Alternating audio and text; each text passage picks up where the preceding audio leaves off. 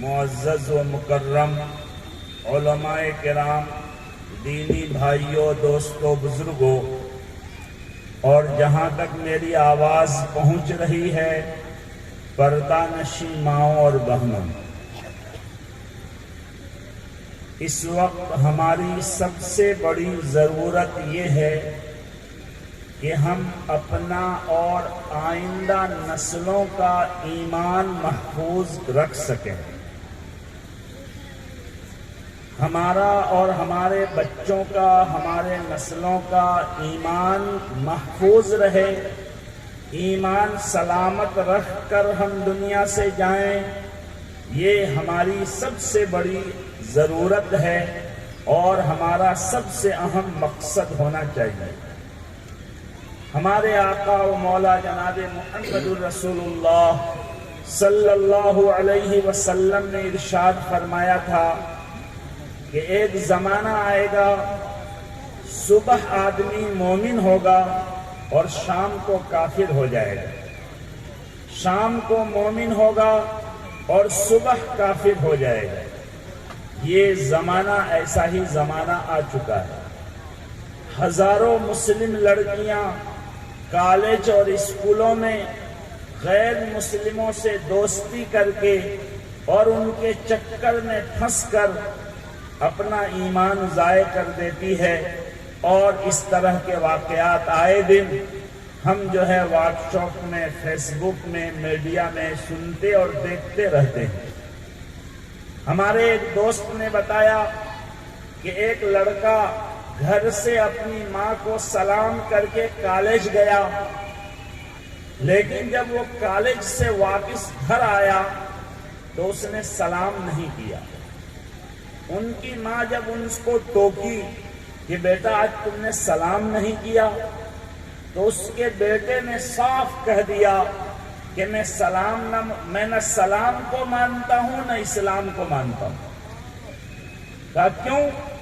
کہا اس لیے کہ اگر ہمارے سماج میں، ہمارے علاقے میں کوئی 55-60 سال کا بوڑھا آدمی 6 سال، 7 سال، 9 سال کی لڑکی سے شادی کرے تو کیا لوگ ان کو عزت کی نگاہ سے دیکھیں گے یا لوگ ان کو ذلت اور رسوائی کی نگاہ سے دیکھیں گے؟ ان کی ماں کہی کہ تو ذلت اور رسوائی کی نگاہ سے دیکھیں گے۔ وہ نہیں سمجھ پائی کہ یہ اصل میں کیا کہنا چاہ رہا ہے، تو انہوں نے کہا کہ میں ایسے نبی کو نہیں مانتا جس نبی نے 55 سال کی عمر میں 6-7 سال کی بچی سے شادی کی۔ کالج میں کسی غیر مسلم ساتھی اور دوست نے ان کو یہ سمجھا دیا کہ تمہارے نبی نعوذ باللہ ایسے جو ہے عاشق تھے اور ایسے جو ہے شہوت پرست نعوذ باللہ تھے کہ بڑھاپے میں بچی سے انہوں نے شادی کر لی۔ اس نبی کے بارے میں ان کے ذہن کو خراب کر دیا اور ان کا ایمان چھین لیا۔ جس نبی کی زندگی ایسی پاک صاف اور اس طرح سے جو ہے سب کے سامنے واضح ہے کہ اس زمانے کے بڑے سے بڑے جانی دشمن بھی ہمارے آقا و مولا جناب محمد الرسول اللہ صلی اللہ علیہ وسلم کی پاک دامنی اور عفت پر کبھی انگلی نہیں اٹھا پایا۔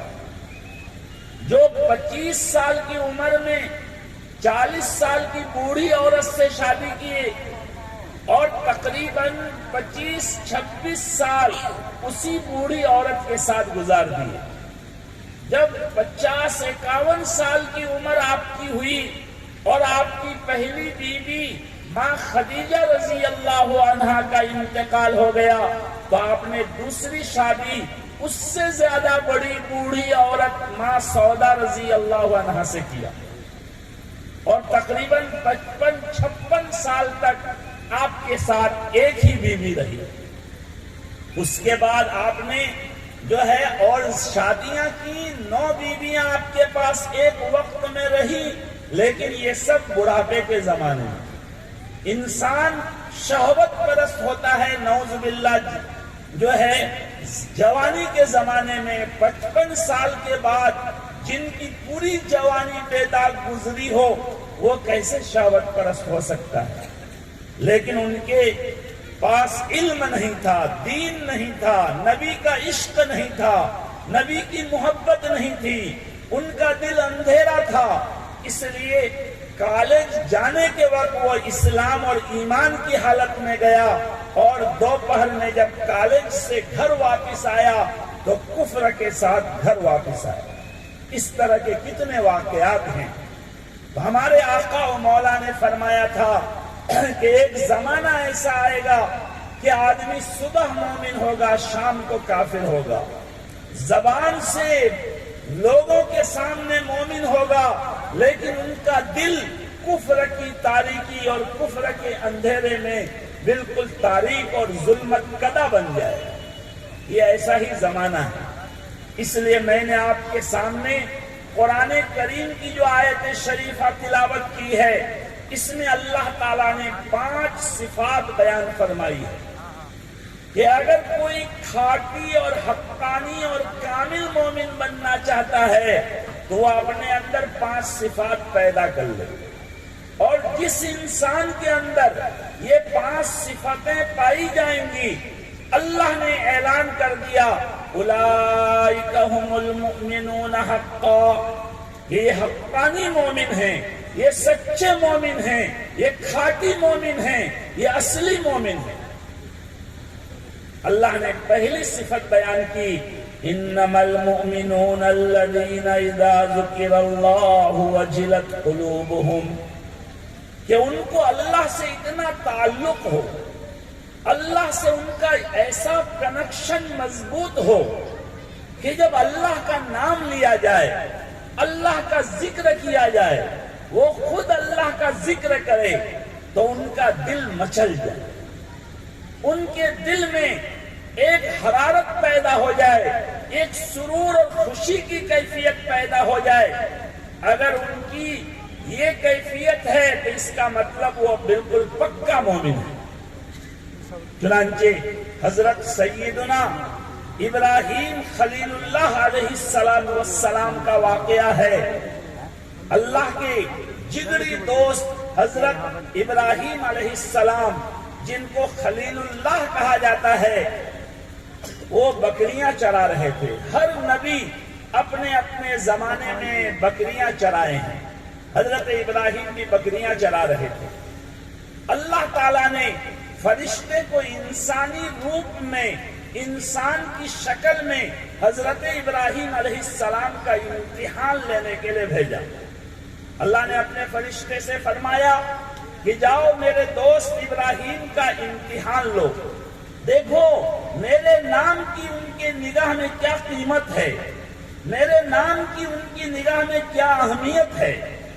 چنانچہ فرشتہ حضرت ابراہیم علیہ السلام کے پاس آیا، ان کے قریب میں کھڑا ہو گیا اور اللہ کا ذکر کرنا شروع کر دیا، اور اللہ کے ذکر میں انہی کلمات کو بیان کیا جو ابھی آئندہ رمضان کے مہینے میں ہم تراویح کے تراویح میں 4 رکعت کے بعد جو ہے پڑھیں گے۔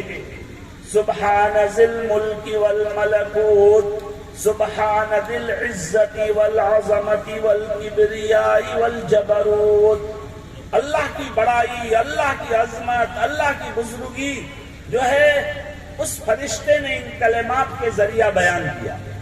ابراہیم علیہ السلام کے کان میں جیسے ہی اللہ کے ذکر کی آواز پڑی تو ان کا دل مچل گیا، دل میں ایک عجیب کیفیت پیدا ہوئی۔ چنانچہ حضرت ابراہیم علیہ السلام نے اس فرشتے سے جو انسانی شکل میں کھڑا تھا جو ہے درخواست کی کہ بھائی جان، یہ جو تم نے کلمات پڑھے ہیں ہمارے اللہ کے، ہمارے دوست کے لیے جو بزرگی کے کلمات تم نے ادا کیے، ان کلمات کو دوبارہ پڑھو۔ تو اس آدمی نے، فرشتے نے کہا کہ ایک مرتبہ فری میں سنا دیا، دوبارہ میں فری میں نہیں سناؤں گا، مجھے اس کی قیمت ادا کرنی پڑے گی، معاوضہ دینا پڑے گا۔ حضرت ابراہیم علیہ السلام نے فرمایا کیا معاوضہ لوگے، کیا قیمت لوگے؟ کہا یہ بکریاں ہیں نا تمہاری، یہ سب بکریاں مجھے دے دو۔ تو میں تم کو دوبارہ یہ کلمات پڑھ کر سنا دوں گا۔ چنانچہ حضرت ابراہیم علیہ السلام نے فرمایا ٹھیک ہے، سب بکریاں تم لے لو اور تم دوبارہ اللہ کے اس ذکر کو مجھے سناؤ۔ اس فرشتے نے دوبارہ جو ہے اللہ کا وہ ذکر جو ہے سنایا، سبحان ذی الملک والملکوت، سبحان ذی العزت والعظمت والکبریاء والجبروت۔ چنانچہ ابراہیم علیہ السلام کا دل اور مچل گیا۔ یہ عشق الہی کی آگ تو ایسی آگ ہے کہ یہ بجھتی نہیں ہے، یہ آگ تو دن بدن جو ہے اور بڑھتی رہتی ہے۔ ابراہیم علیہ السلام اور بیتاب ہو گئے، پریشان ہو گئے اور کہنے لگے کہ بھائی دوبارہ پھر مجھے یہ کلمات سنا دو، اللہ کا یہ ذکر پھر مجھے سنا دو۔ وہ کہنے لگا کہ تمہارے پاس تو بکریاں رہی نہیں، یہ بکریاں تو میری بن گئی، اب تم معاوضہ میں کیا دو گے؟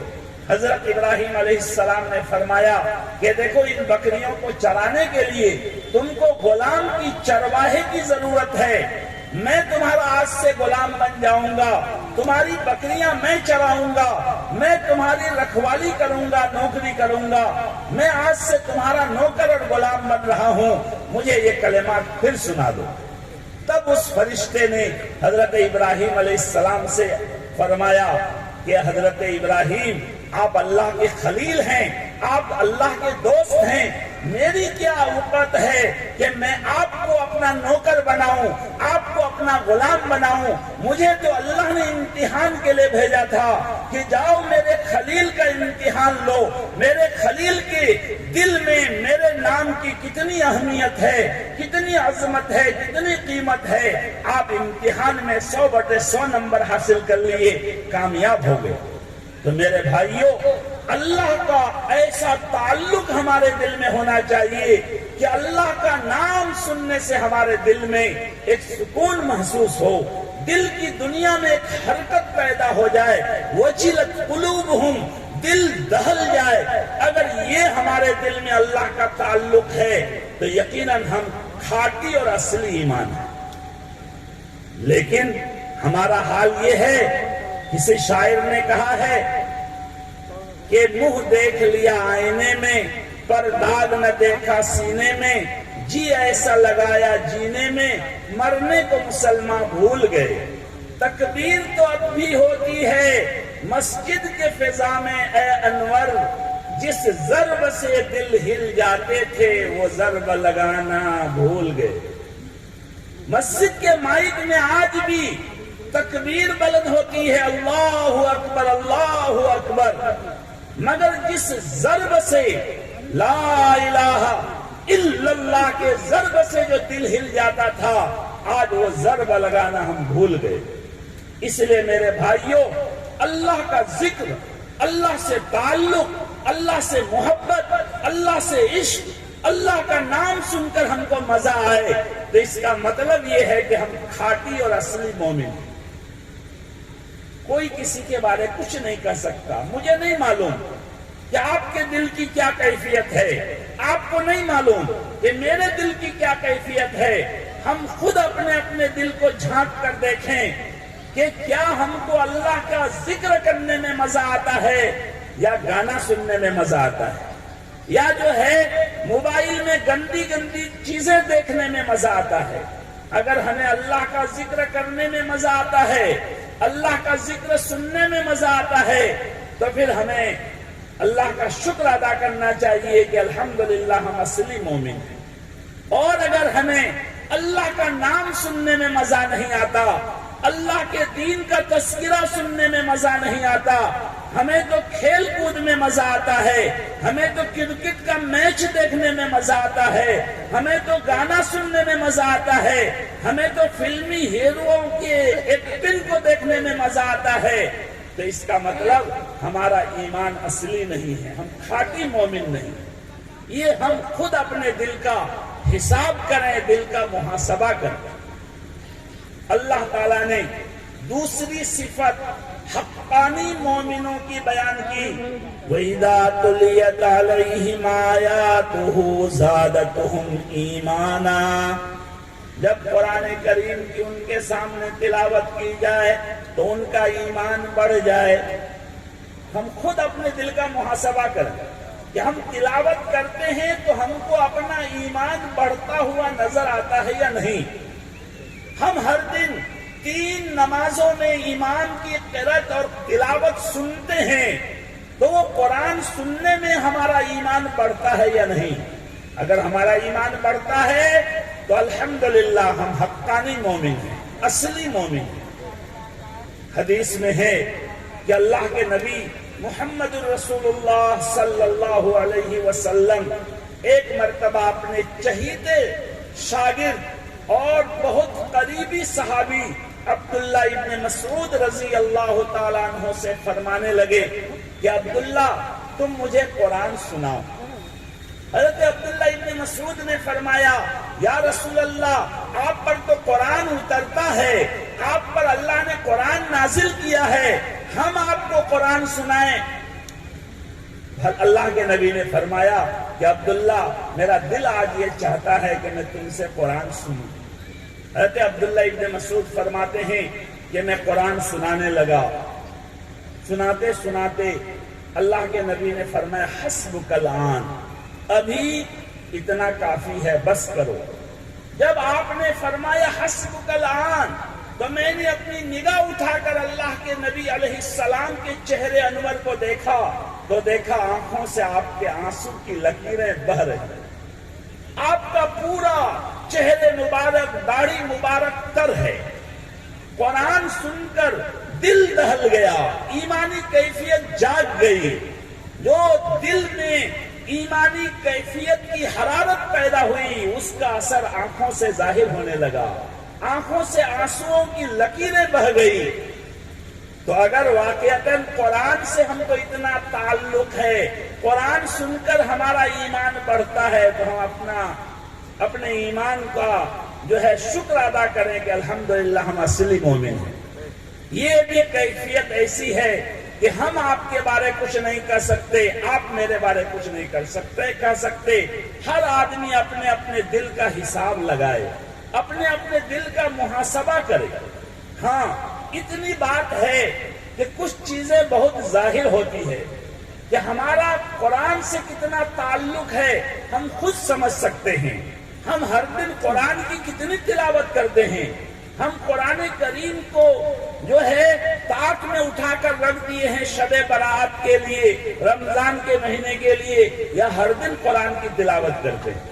اگر جب تک ہم تلاوت نہ کریں ہم کو ناشتہ نہیں کھایا جاتا، جب تک ہم تلاوت نہ کریں ہمیں چین سکون نہیں ملتا، اس کا مطلب ہمارا اندر کا تعلق قرآن سے مضبوط ہے۔ اور اگر ایسا نہیں ہے، مہینوں گزر جاتے ہیں، ہفتے گزر جاتے ہیں، کبھی قرآن کھولنے کی ہمیں توفیق نہیں ہوتی، اس کا مطلب ہمارا قرآن سے کوئی تعلق نہیں۔ اس لیے میرے بھائیوں، اللہ نے اصلی مومنوں کی نشانی یہ بتائی کہ قرآن کی تلاوت سے ان کا اتنا تعلق ہو کہ قرآن کی تلاوت سن کر ان کا دل دہل جائے، ان کا ایمان بڑھ جائے۔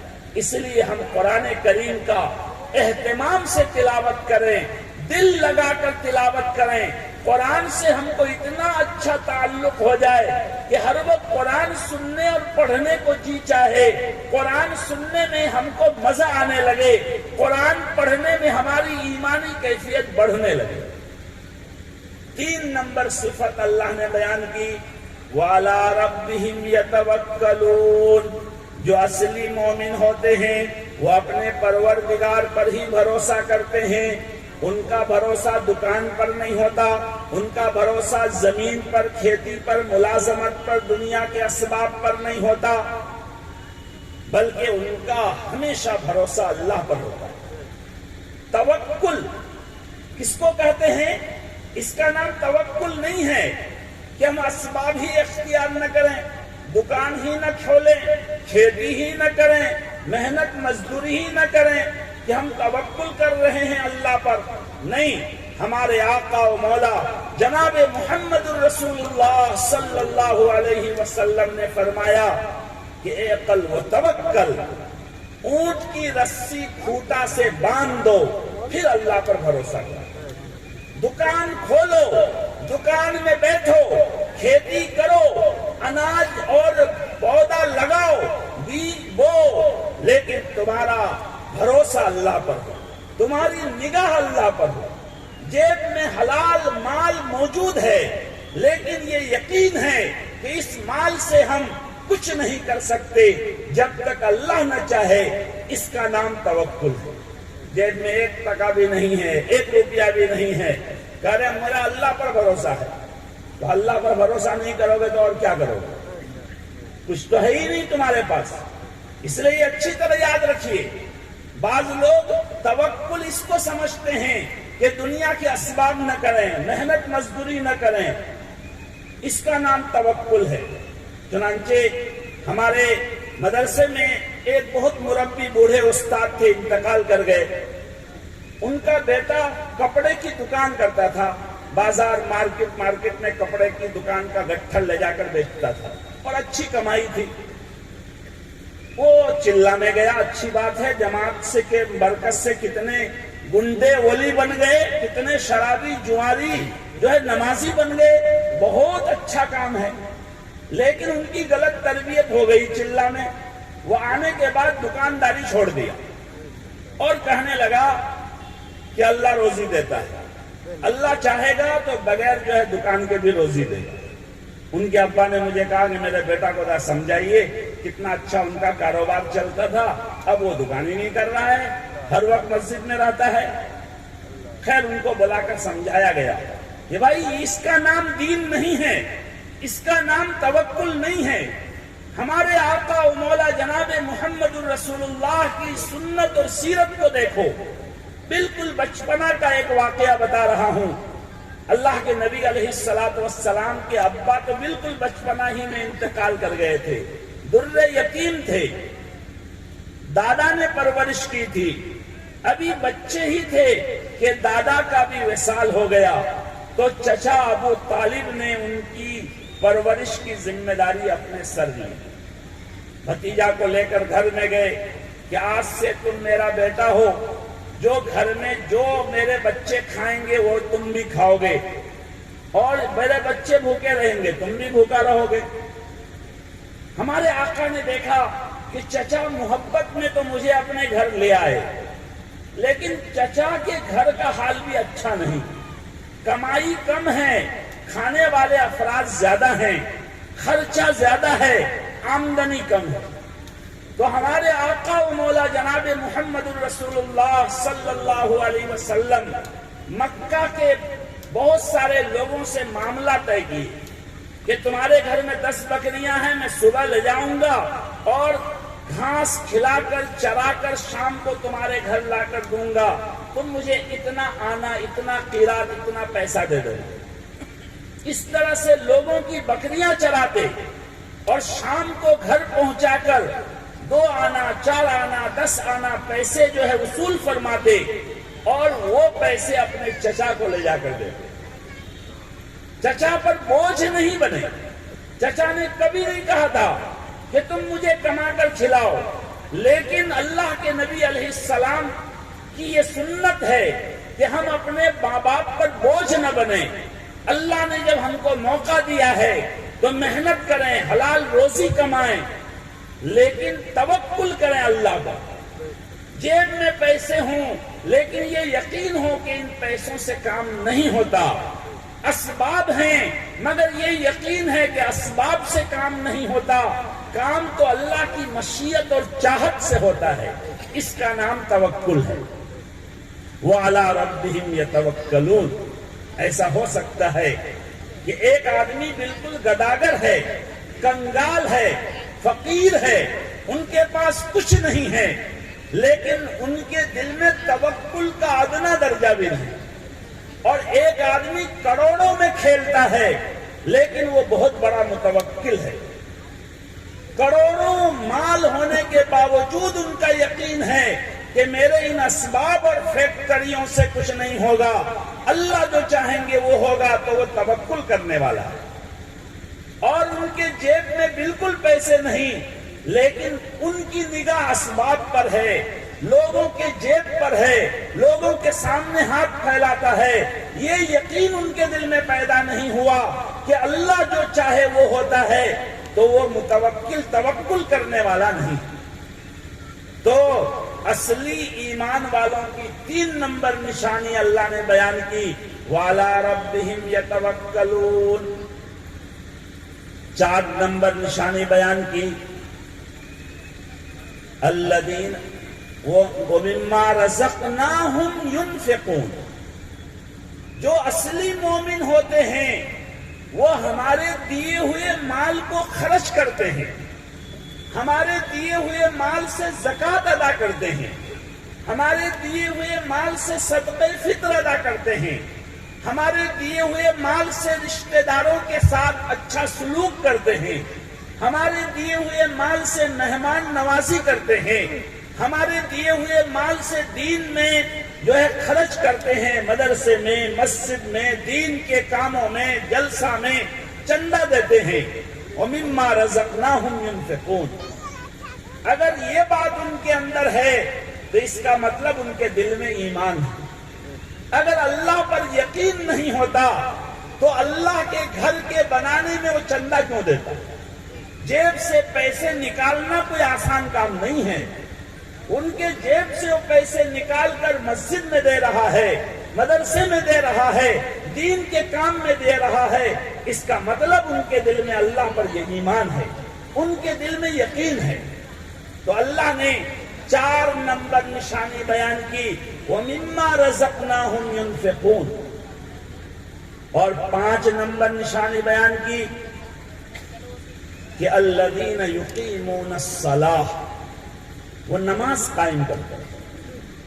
نماز ایک ہے پڑھنا، ایک ہے قائم کرنا، دونوں میں فرق ہے۔ علماء کرام جانتے ہیں قائم کا معنی کھڑا، دیکھیے بانس کو کھڑا کیا گیا ہے، یہ بانس قائم ہے۔ قائم کرنے کے لیے کچھ کام کرنا پڑتا ہے، ایسی بانس کھڑا نہیں ہے، وہاں گڑھا کھودنا پڑا ہے، اس میں بانس ڈال کر اینٹ پتھر گٹی ڈال کر پھر ٹھوکنا پڑا ہے، تب وہ بانس قائم ہے، وہ بانس کھمبا کھڑا ہے۔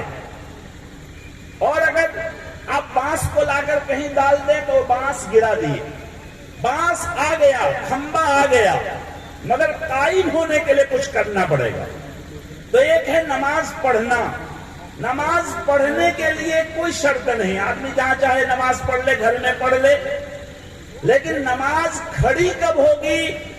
جب آدمی جماعت کے ساتھ مسجد میں نماز پڑھے، اللہ کہ کوئی عذر ہو، بیمار ہے تو الگ بات ہے، جس کے پاس کوئی عذر نہیں، ان کی نماز کھڑی ہوگی جب سنت کے مطابق نماز پڑھے، قرات صحیح کرے، فرائض واجبات کو ادا کرے، اور نماز کی بہت اہم سنت بلکہ واجب کہ جماعت کے ساتھ نماز پڑھے، مسجد کی تعمیر کرے، مسجد بنائے، مسجد میں 5 وقتہ نماز پڑھے۔ ہمارے آقا و مولا جناب محمد رسول اللہ صلی اللہ علیہ وسلم جب مکہ سے ہجرت کر کے مدینہ تشریف لے گئے تو قبا نامی گاؤں میں اللہ کے نبی علیہ السلام 14 دن ٹھہرے، تو وہاں آپ نے ایک مسجد بنا دی۔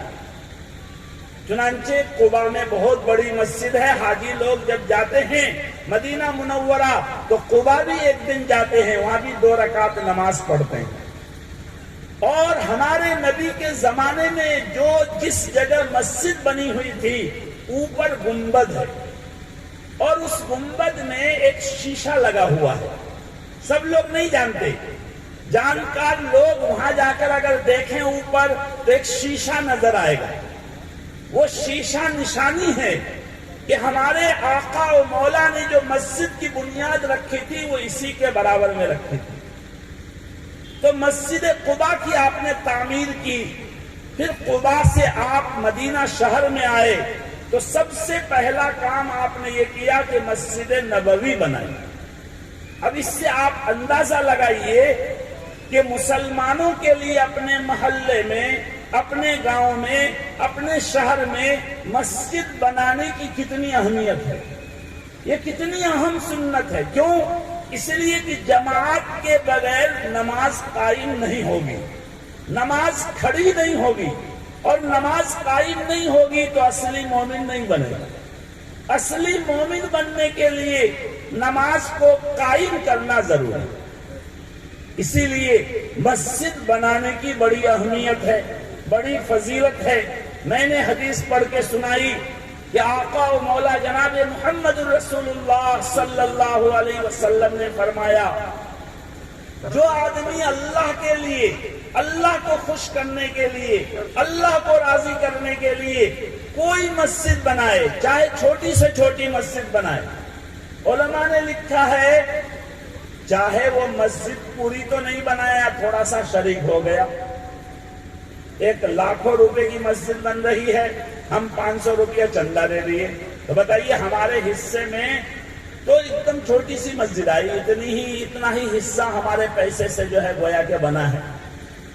لیکن ان کے لیے بھی یہ فضیلت ہے کہ اللہ تبارک و تعالی جنت میں ان کے لیے عالی شان محل بنائیں گے، عالی شان محل۔ یہ اللہ کے نبی کی زبانی اللہ کا وعدہ ہے۔ چنانچہ کتابوں میں ایک واقعہ لکھا ہے کہ ایک آدمی بہت مالدار تھا، جب انہوں نے یہ حدیث سنی کہ دنیا میں مسجد بنائیں گے تو جنت میں ہمارے لیے عالی شان محل بنے گا، تو انہوں نے یہ پختہ ارادہ کر لیا کہ مجھے ایک مسجد بنانی ہے تاکہ جنت میں میرے لیے محل بنے۔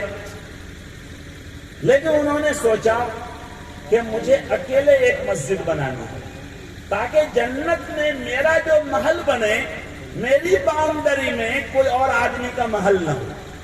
جیسا کہ آج کل آدمی کے پاس تھوڑا روپیہ پیسہ ہوتا ہے، مالداری بڑھتی ہے تو گاؤں سے نکل کر الگ تھلگ چار دیواری سے اپنا گھر بناتا ہے کہ بس یہاں ہم ہی رہیں گے، گاؤں کا جھگڑا جھنجھٹ، بھتیجا چچا سب کا جو ہے راستہ یہ وہ سب جھنجھٹ سے میں الگ تھلگ رہوں گا۔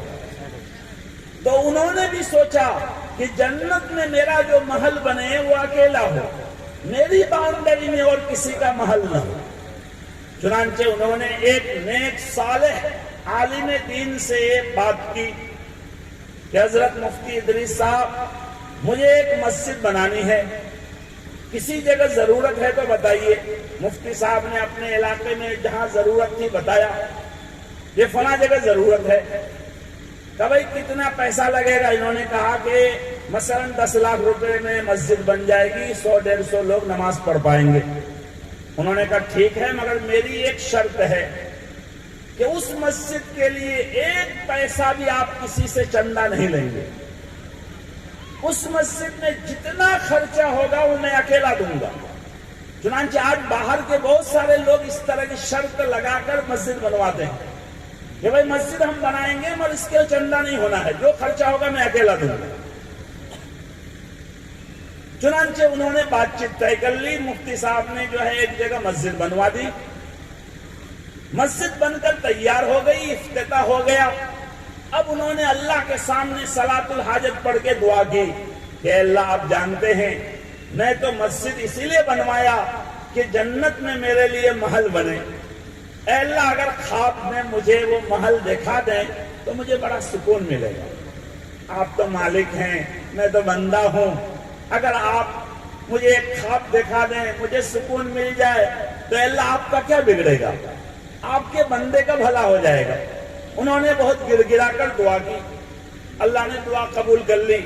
رات میں جب وہ سویا تو خواب میں دیکھا کہ بہت عالی شان ایک محل بنا ہوا ہے۔ انہوں نے پوچھا کہ بھائی یہ محل کس کا ہے؟ کہا یہ وائٹ ہاؤس، یہ شاندار محل جو ہے آپ ہی کا بنا ہوا ہے۔ لیکن انہوں نے دیکھا کہ ایک ہی باؤنڈری میں اسی طرح کا ایک اور محل ہے، تو انہوں نے پوچھا کہ بھائی اس باؤنڈری میں یہ دوسرا محل کن کا ہے؟ تو کہا یہ دوسرا محل ایک بڑھیا کا ہے۔ اچھا، کہاں ایک بڑھیا کا یہ محل ہے؟ یہ خواب دیکھتے ہی ان کی آنکھ کھل گئی، نیند ٹوٹ گئی۔ اب وہ اٹھا جگہ تو خوشی بھی ہے کہ الحمدللہ اللہ نے میری مسجد قبول کر لی، میرے لیے جنت میں محل بن گیا، لیکن ایک ٹینشن بھی ہوا کہ بھائی میری باؤنڈری میں دوسرا محل کس بڑھیا کا جو ہے اللہ نے دیا، لگتا ہے مفتی ادریس صاحب نے کسی بڑھیا سے چندہ لیا ہوگا۔ چنانچہ انہوں نے مفتی صاحب سے ملاقات کی کہ مفتی صاحب آپ سے میں نے کہہ دیا تھا کہ میری مسجد میں کسی سے چندہ نہیں لینا ہے، پوری مسجد میں بناؤں گا۔ مفتی صاحب نے فرمایا کہ بھائی ایک پیسہ میں نے کسی سے نہیں لیا، جو ہے پورا آپ کا ہی پیسہ لگا، ایک پیسہ کسی سے چندہ نہیں لیے ہیں۔ کہا نا ایک بڑھیا سے آپ نے چندہ لیا ہے؟ کہا نہیں، بالکل کسی سے نہیں لیا۔ کہا اچھا بلائیے مسجد بنانے والے مستری لیبر وغیرہ کو، ٹھیکیدار کو، مستری کو بلایا مفتی صاحب نے کہ بھائی کسی بڑھیا سے آپ لوگوں نے کوئی چندہ وندہ لیا تھا کیا؟ کوئی سیمنٹ لا کے دے دیا ہو، گٹی لا کے دے دیا ہو، بالو لا کر دے دیا ہو؟ تو مستریوں نے کہا نہیں کسی سے کچھ نہیں لیا، لیکن جو مسجد کے پڑوس میں ایک بڑھیا ہے ان سے کبھی کبھی ڈول مانگ کر لاتے تھے، بالٹی مانگ کر لاتے تھے سیمنٹ میں پانی ڈالنے کے لیے، گارا وغیرہ بنانے کے لیے۔ یہ ہم لوگوں کی ایک عادت ہوتی ہے کہ ہم 1 کروڑ کا مکان بنائیں گے، مگر کودال جو ہے پڑوسی سے مانگ کر لائیں گے، جو ہے 10 لاکھ کا مکان بنائیں گے اور دوسرے کے گھر میں جا کے آپ کا پائپ دیجیے گا تو پانی پٹانا ہے۔ اللہ کے بندے اتنا خرچ کر رہے ہو، پائپ بھی خرید لو، کودال بھی خرید لو، لیکن یہ ہماری ایک عادت ہے، یہ چھوٹا کام بہت مرتبہ آدمی بھول بھی جاتا ہے۔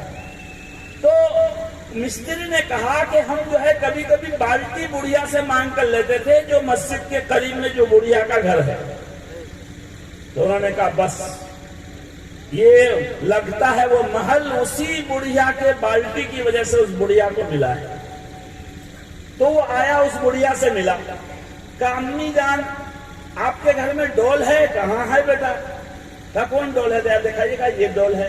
کہا مسجد کے کام کے لیے جو ڈول دیتے تھے وہ ڈول؟ کہا یہی ڈول ہے بیٹا، اسی ڈول میں پانی بھرتی ہوں، پانی پیتی ہوں، اسی میں کپڑے دھوتی ہوں، اور مسجد کے کام کے لیے بھی یہ ڈول دیا کرتی تھی میں۔ کہا امی جان یہ ڈول میرے پاس بیچ دو، ہم اس کی قیمت 1000 دیں گے، 2000 دیں گے۔ بڑھیا کہی کہ نہ بیٹا میں یہ ڈول نہیں بیچوں گی۔ انہوں نے سوچا کہ جیسا میرا محل ویسا ہی اس بڑھیا کا محل میں نے خواب میں دیکھا، تو میں 10 لاکھ مسجد کے لیے خرچ کیا ہوں، تو اگر 10 لاکھ دام لگا کر یہ بالٹی اور ڈول خرید لوں گا تو وہ محل بھی مجھے مل جائے گا۔ یہ سوچ کر انہوں نے اس ڈول کی قیمت 10 لاکھ روپے لگا دی کہ اما 10 لاکھ روپے اس ڈول کا دوں گا، آپ یہ ڈول میرے پاس بیچ دو۔ تو وہ بڑھیا کہنے لگی بیٹا خواب صرف تم ہی نہیں دیکھتے ہو، تمہاری ماں بھی خواب دیکھتی۔ میرے بھائیوں اس واقعہ سے یہ سبق ملتا ہے کہ آدمی اپنی حیثیت کے مطابق جتنا اللہ کے راستے میں خرچ کرے، مسجد میں جتنا دے، وہ اپنی حیثیت کے مطابق دیا۔ ایک آدمی کے پاس بیچارے کے پاس پیسے نہیں ہیں، لیکن ہر دن 1 روپے 50 پیسہ جمع کر کے 10 روپے کر کے لے جا کے مسجد میں چندہ دیا، اللہ اسی 10 روپے کی برکت سے ان کے لیے عالیشان محل بنائیں گے۔ اللہ یہ نہیں دیکھتے کہ کون لاکھ دے رہا ہے، کون 1000 دے رہا ہے، اللہ کے یہاں یہ دیکھا جاتا کتنے میں کتنا دیا۔ چنانچہ بخاری شریف میں حدیث کی کتابوں میں واقعہ ہے کہ غزوہ تبوک میں اللہ کے نبی نے چندہ کا اعلان کیا کہ بھائی سب صحابہ چندہ لا کر دو۔ تو حضرت عمر رضی اللہ عنہ نے سوچا کہ ابو بکر ہمیشہ مجھ سے آگے رہتا ہے، آج مجھے ابو بکر سے آگے رہنا ہے۔ تو اپنے گھر میں جا کر اپنے گھر کے پوری مالیت کو، تمام سامانوں کو آدھا دے کیا، اور آدھا اپنے گھر میں رکھا، اور آدھا مال جو ہے لے کر اللہ کے نبی کے خدمت میں پہنچا۔ اور وہ آدھا مال بہت بڑی مقدار میں تھا، اور بہت خوش ہوئے کہ آج میں نے بہت صدقہ کیا، آدھا مال صدقہ کر دیا۔ حضرت ابو بکر رضی اللہ عنہ تھوڑا سا کچھ لے کر آئے مال، انہوں نے بھی چندہ دیا. مقدار میں حضرت ابو بکر کا دیا ہوا بہت کم تھا, حضرت عمر کا دیا ہوا بہت زیادہ تھا, لیکن ہمارے آقا و مولا جناب محمد رسول اللہ نے یہ گنتی نہیں کیا کہ عمر کا کتنا ہے, ابو بکر کا کتنا ہے. آپ نے پوچھا یا عمر ما خلفت فی بیتک, اے عمر اپنے گھر میں کتنا چھوڑے ہو؟ انہوں نے کہا یا رسول اللہ آدھا چھوڑا ہوں.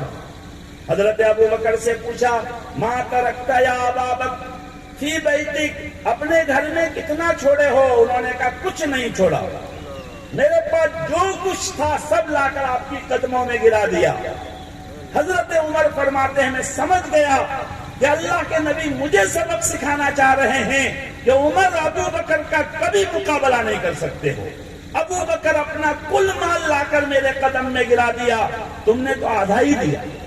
اس لیے ایک آدمی کے پاس 1000 روپیہ ہے اور وہ 500 چندہ دے رہا ہے, خدا کی قسم وہ سخی ہے. اور ایک آدمی کے پاس کروڑوں کی دولت ہے اور وہ 10,000 دے رہا ہے, تو وہ کنجوس ہے, بخیل ہے. اللہ یہ نہیں دیکھتے کتنا دے رہا ہے, یہ دیکھتے ہیں کتنے میں کتنا دے رہا ہے. اس لیے اللہ نے جو مال دیا ہے اس مال کو مسجد بنانے میں خرچ کیجیے, دین کے کام میں خرچ کیجیے.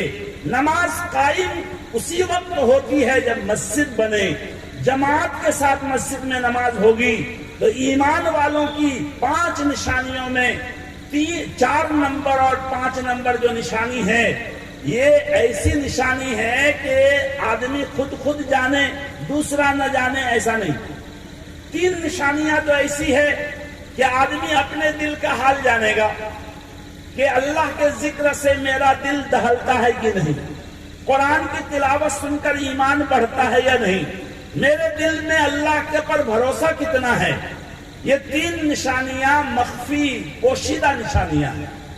لیکن آدمی مال کتنا خرچ کر رہا ہے, نماز قائم کر رہا ہے یا نہیں, یہ تو ہر آدمی جانے گا. امام صاحب تو کم سے کم جانیں گے ہی کہ کون نماز قائم کرنے والے ہیں, کون فجر میں مسجد میں آتے ہیں.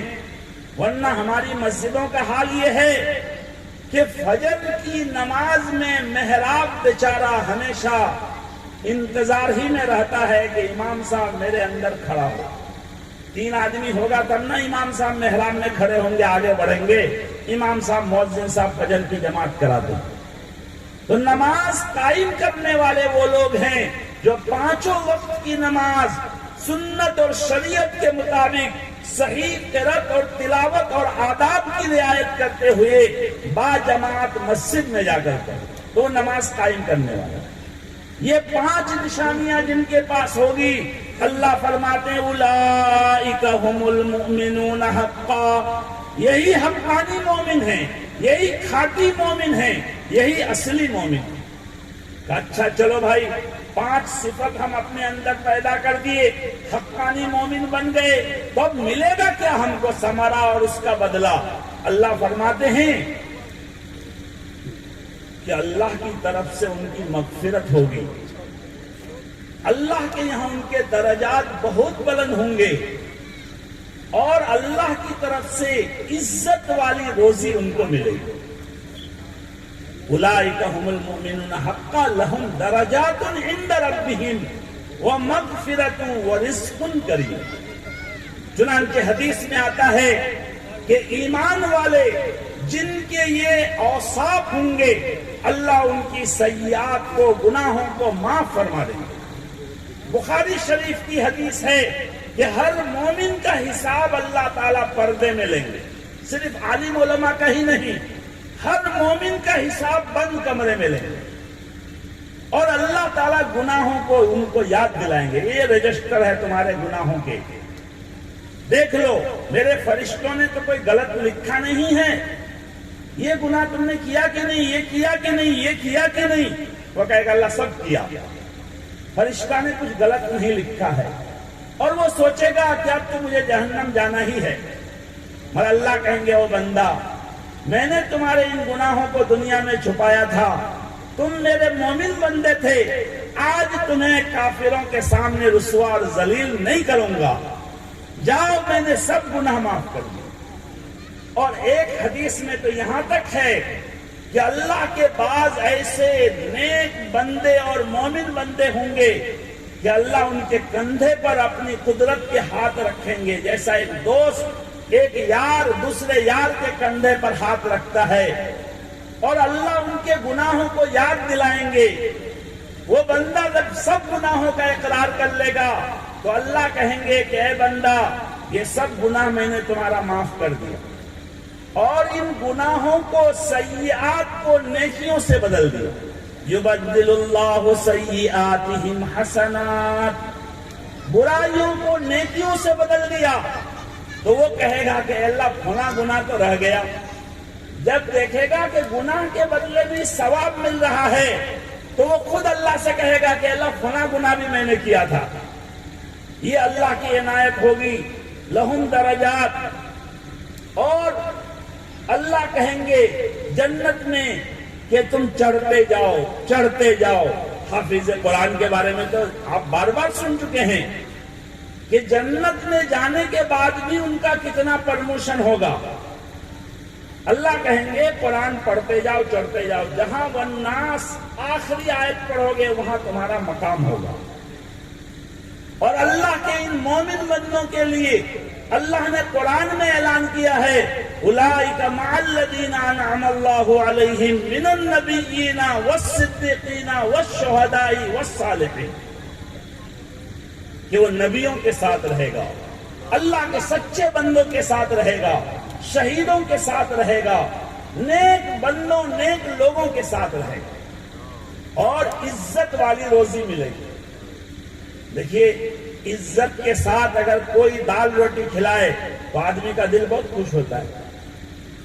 بہت مرتبہ ایک غریب آدمی دعوت کرتا ہے اور بڑے اہتمام سے بڑی عزت کے ساتھ وہ جو ہے حضرت تشریف لائیے، آپ کی شایان شان، میں نے جو انتظام نہیں کر پایا، میں تو غریب آدمی ہوں، مجھ سے جو ہو سکا حضرت وہ میں نے جو ہے انتظام کیا۔ تو اس دال روٹی میں خدا کی قسم گوشت اور بریانی سے زیادہ مزہ آتا ہے۔ اور کبھی کبھی آدمی بہت اچھا انتظام کرتا ہے لیکن کہتا مولانا یہ کھائیے، یہ مٹھائی آپ کہیں نہیں دیکھیں گے، یہ ٹکیا جو ہے نا آپ کو کہیں نہیں ملے گا، یہ کباب آپ پہلی بار دیکھے ہوں گے۔ بتائیے، یہ سب کھلا رہا ہے مگر بے عزت کر کے کھلا رہا ہے۔ تو اللہ کے یہاں جو روزی ملے گی رزق کریم، عزت والی روزی ملے گی۔ اس لیے میرے بھائیوں، یہ زمانہ بہت فتنوں کا زمانہ ہے۔ ہمارے آقا و مولا نے جو پیشین گوئی دی تھی کہ فتنے بہت رونما ہوں گے، ہو رہے ہیں۔